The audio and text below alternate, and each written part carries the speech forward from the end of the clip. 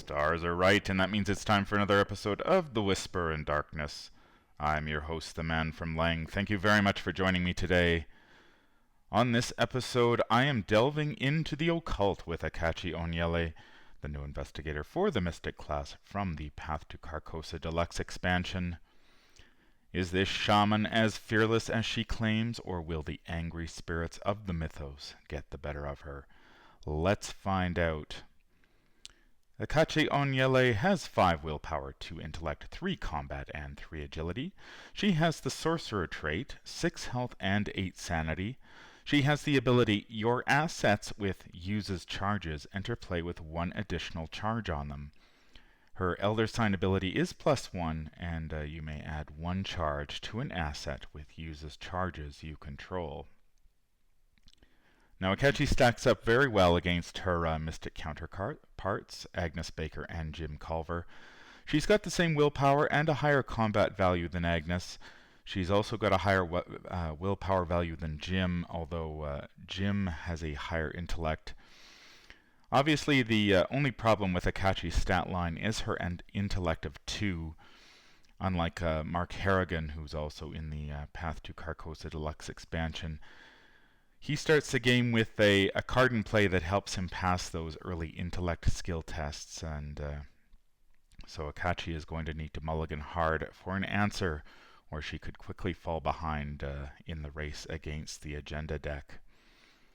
Now, Akachi has plenty of viable options to boost her intellect, including Flashlight, Rite of Seeking, Drawn to the Flame, Arcane Studies, Perception, and Alyssa Graham, Speaker to the Dead.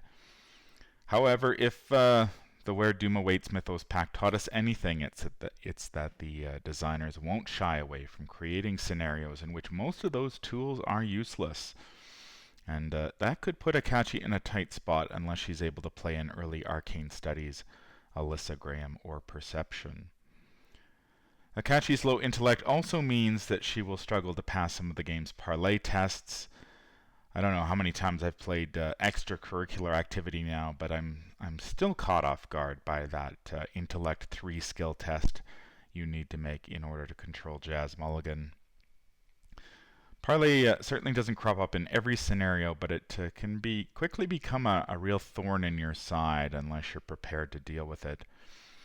Fortunately, many of the tools that are available to help Akachi investigate will also help her pass those parlay tests. Having a few spare intellect icons to toss around also works wonders in a pinch. Akachi's combat value of 3 is pretty solid, although there aren't many cards available in the Mystic class to support it. If you thought Safina Rousseau's combat options were limited at level 0, just wait till you play Akachi. Let me see, there's Shriveling, Knife, Kukri, and yep, that's pretty much it.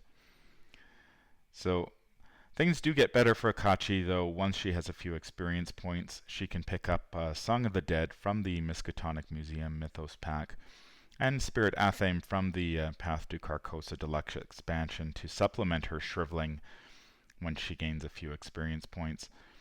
Song of the Dead comes with the added bonus of 6 charges, which Akachi can manipulate with her signature cards, while Spirit Athame improves the odds of her passing skill tests and on many of those spell cards that Akachi favors.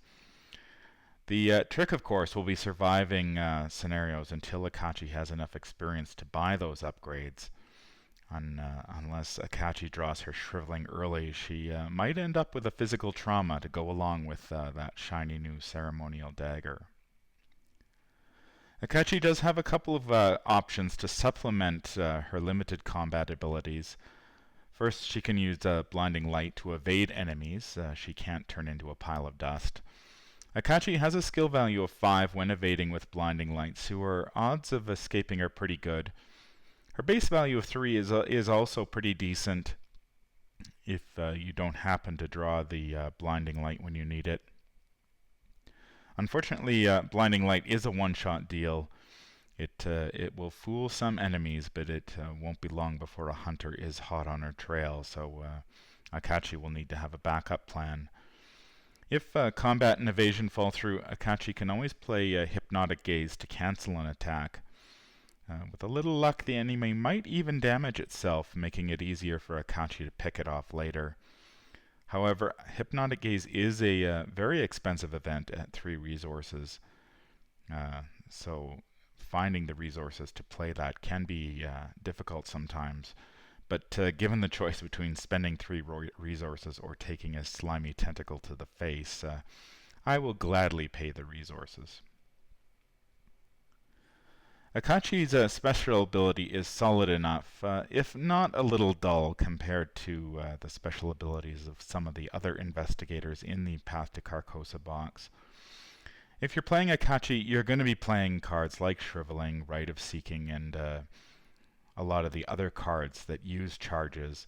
Akachi's ability will allow you to get a little more mileage out of those cards, but it's not really going to revolutionize how you play the game. And, that's fine. That's perfectly okay, because there are some players who just prefer to play, a no-frills investigator who has a straightforward ability. And I think Akachi fits that bill nicely. Akachi's Elder Sign effect is a fairly standard +1. Drawing an Elder Sign will help the Shaman stretch her Shriveling and Rite of Seeking that much further. You can't really count on an Elder Sign to bail you out of a jam, but those extra charges are always welcome and can often make the difference between killing a creature and or killing an enemy and taking some combat damage. When it comes to deck building, Akachi is the closest thing to a pure mystic that we've seen in the game so far.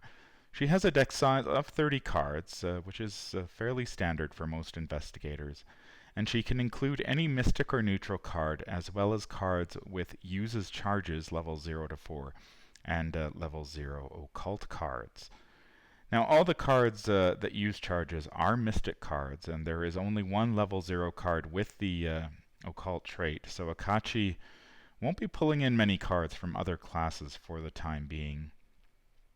Akachi's deck building options are probably the most restrictive of any investigator in the game, and I suspect most Akachi decks are going to look fairly similar until the card pool grows. And that's a bit of a shame, considering some of the options available to some of the other investigators in the Path to Carcosa box. Now, as I mentioned earlier, there is only one level 0 occult card, and that is Archaic Glyphs Untranslated from the Path to Carcosa Deluxe expansion. Even though Akachi can take it, I'm not entirely convinced it's worth including Archaic Glyphs in an Akachi deck for a few different reasons. First, there's really no shortage of ways for Akachi to either gain resources or reduce the resource cost of the cards that she plays.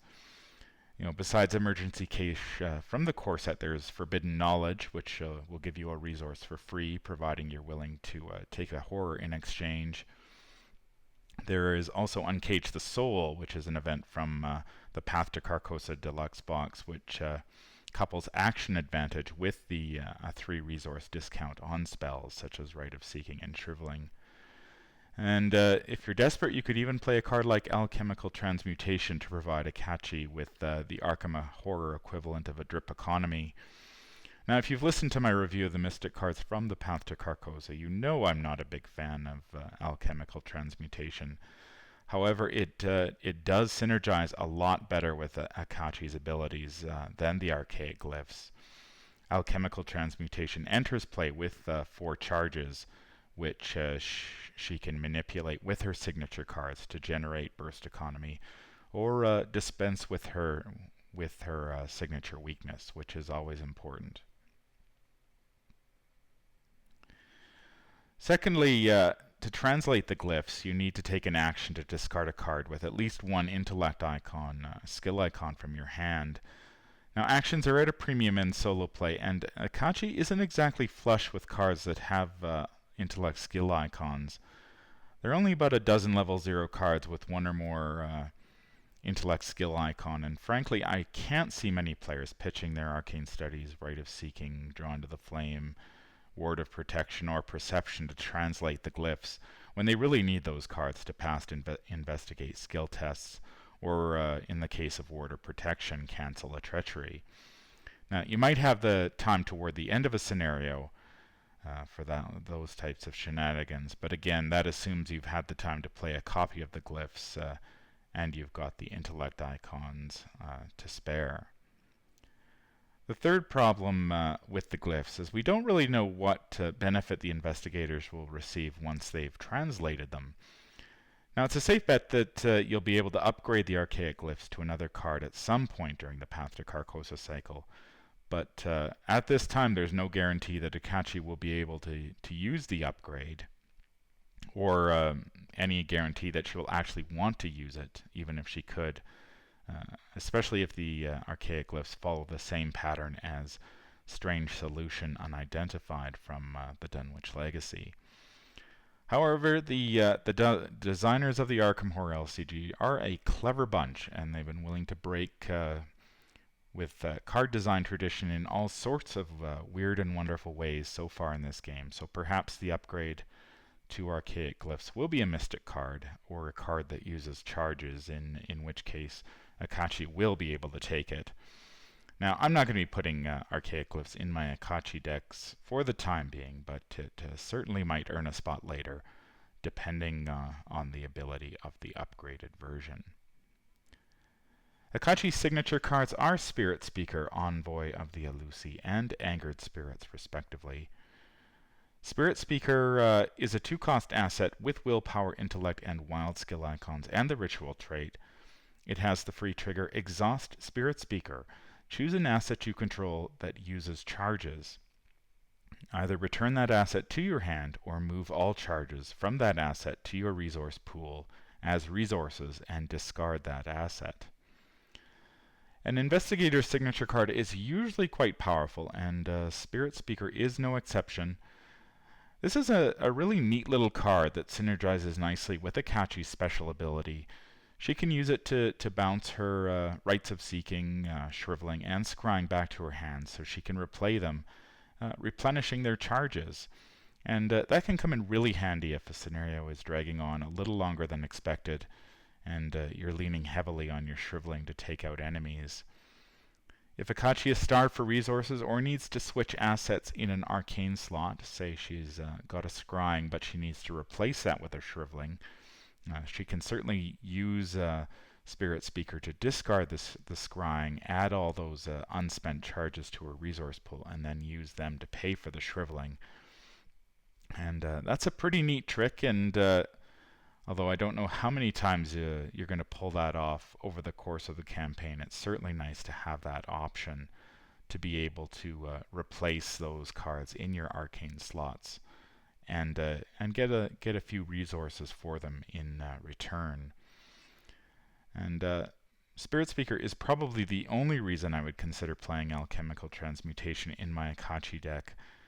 You can drop Alchemical Transmutation into play for a resource, then discard it with Spirit Speaker to net 3 resources, which is just as good as playing an emergency cache. Alchemical Transmutation also has the advantage that it provides you with plenty of fodder for Akachi's signature weakness. Now, it's a good thing that Akachi generates all those extra resources, those extra charges, because she's going to need them to dispense with her signature weakness, Angered Spirits. It's a weakness with the task trait, and Angered Spirits goes in Akachi's threat area when you draw it. It has the free trigger Exhaust a spell asset, move 1 charge from that asset to Angered Spirits, and it has the forced effect when the game ends. If Angered Spirits has fewer than 4 charges on it, you suffer 1 physical trauma. Now, I really hate weaknesses with the task trait. If you draw them early, you usually have enough time to clear them, and if you don't, well, I'm afraid you're probably going to end up taking a trauma. God forbid you get killed or go insane while Angered Spirits is in play, and you end up taking 2 physical trauma, or a mental trauma and a physical trauma. That's pretty tough to recover from during a campaign, and it really forces you to reevaluate how you're going to spend your hard-earned experience. suddenly all those fun power cards you had your eye on take a back seat to defensive upgrades like the Bulletproof Vest and Elder Sign Amulet. And personally, I'd rather be packing cards in my deck that are going to advance my game plan rather than those that are purely defensive like Bulletproof Vest and Elder Sign Amulet. The other downside of task weaknesses is that they also tend to tax your actions heavily, forcing you to take a lot of actions to do things that don't really advance your board state. Fortunately, that's not the case with Anchored Spirits, which taxes Akachi's charges instead. Now, from personal experience, Anchored Spirits hasn't been too difficult to play around while I've been testing Akachi. If you draw it early and you've got a couple of spell assets on the table, it's fairly easy to dispense with it in 2 turns, since you can exhaust both of those assets for free to move charges to Angered Spirits. Now, it's important to note that you don't discard Angered Spirits once there are 4 charges on it. It'll just sit there in your threat area, looking sinister, reminding you of all the charges you've lost. Now, I'm not sure whether this has any repercussions in the game in the long run. I mean, maybe the designers will create a treachery that targets those charges or something like that. So you would move charges and then they would disappear and you'd have to move more charges. I'm not sure if they would come up with anything like that. But the nice thing is that if the game does run long, you only need to deal with Angered Spirits once because it does stay on the table. So if you deck yourself and you have to reshuffle, this thing doesn't go back in your deck, and that's great. Unfortunately, you are going to have those games when you draw Angered Spirits toward the end of the scenario, which also happens to be the time when you usually have the fewest extra charges to spare. And in situations like this, Spirit Speaker is a real godsend, since you can bounce those spells back to your hand and replay them, replenishing their charges, so you can move some over to Angered Spirits. As I mentioned earlier, Akachi is drawing from a fairly limited card pool, so you're not going to see a lot of diversity in terms of decks, at least for the time being. The deck I've been playing for the last couple weeks is mostly just a good stuff Mystic deck. It's got Rite of Seeking, Alyssa Graham, Arcane Studies, Drawn to the Flame, and Perception in there to help Akachi pass those Investigate skill tests, while Shriveling, Blinding Light, and Hypnotic Gaze are in there for enemy management. Hypnotic Gaze is really on the bubble, since I think I've only used it to cancel an attack once in all the games I've played. The only reason it's still in the deck is that it does have those combat and agility icons, which can really come in handy sometimes. Akachi's combat and agility are both 3, but it is sometimes nice to have that extra icon if you need to pass a skill test. But I could certainly see replacing the Hypnotic Gaze with an Overpower or Manual Dexterity or something else, depending on your campaign. There is only 1 Holy Rosary in the deck at the moment, but I think there probably should be 2, since Akachi becomes a real investigation and combat monster once she hits 6 willpower. The Arcane Initiates are in the deck to search for Rite of Seeking and Shriveling if you don't see either of those cards in your opening hand. You really hate to, you really hate to add the Doom, but you can usually kill off the Initiate or drive it insane quickly enough that it doesn't hurt you too badly in the end. Now, I've never played Alchemical Transmutation for its ability, but it is nice to have in the deck. If you've got Spirit Speaker on the table to get that sudden burst of economy, or you need to push some charges over to Angered Spirits and you don't want to use charges on your Shriveling, you can always drop down your Alchemical Transmutation and use those instead. There's not many surprises in the event package. Some players might be tempted to drop the emergency cache, since Akachi can play Uncage the Soul, but Personally, I'm a big fan of the redundancy, especially if your Rite of Seeking or Shriveling have already hit the table, but you're still a few resources shy. Uncage the Soul doesn't help you in that kind of situation where the emergency cache will. Now, that said, the deck does feel pretty loose at the moment, and it could certainly benefit from some more tweaks. If you wanted to play a more control-oriented build, you could always make room for a couple copies of Scrying. Rearranging the encounter deck is always great, and those extra charges also make tempting targets for Spirit Speaker and Angered Spirits. Some of the other cards you might consider cutting include the Emergency Cache, Hypnotic Gaze, and depending on your playstyle, you could always dump the Delve Too Deep. I'm not sure what you would replace them with, though, because there are a few cards in the Mystic card pool that are really speaking to me at the moment. You could certainly experiment with Astral Travel to improve Akachi's mobility. She doesn't use a lot of items, which could possibly get discarded, and certainly it wouldn't be bad if you lost an Arcane Initiate with that Doom on top of it. Fine Clothes might be worth a look, depending on which scenario you're playing. If you're playing one that requires a lot of parlay tests, then Fine Clothes would come in handy. It also has that extra health and horror that you could dump on it if Akachi's running low.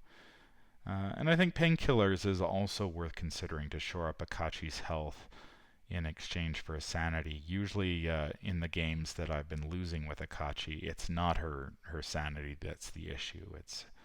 I'm often running low on health, and so having some way of healing some of that damage would be very helpful.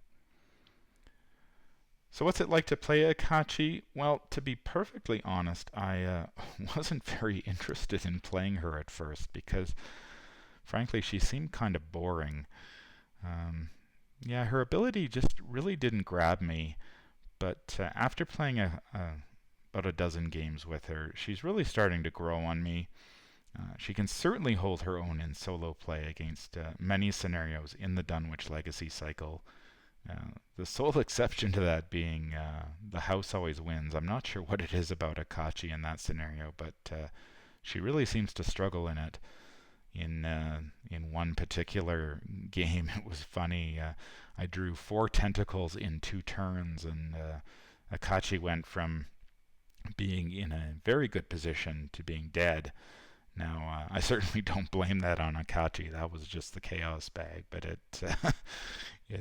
I don't think I've ever seen that many tentacles show up in one game. Akachi even put up a really incredible fight against Curtain Call from the Path to Carcosa, which I think is quite a difficult scenario, especially in solo.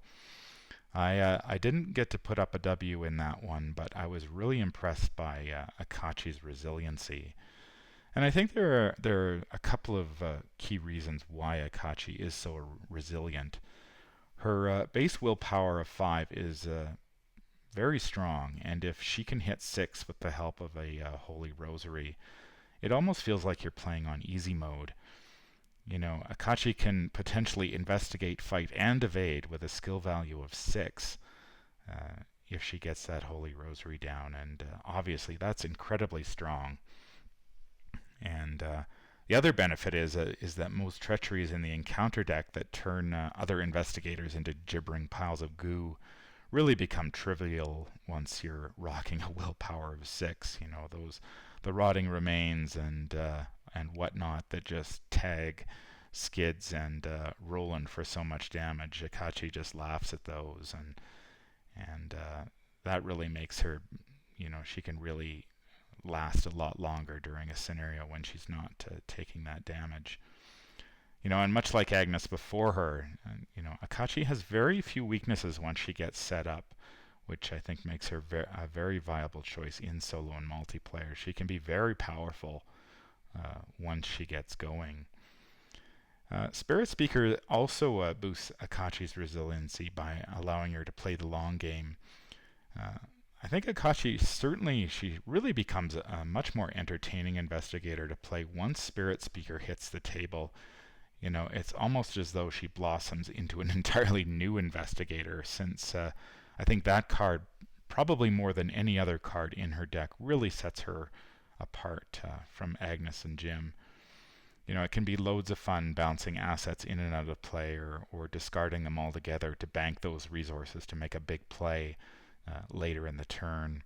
And the fact that you get to do that as a free action, that just comes in super handy. You can, sack your scrying, gain 3 resources, pitch all those resources into arcane studies, say, and pass an intellect test you had no business passing in the first place.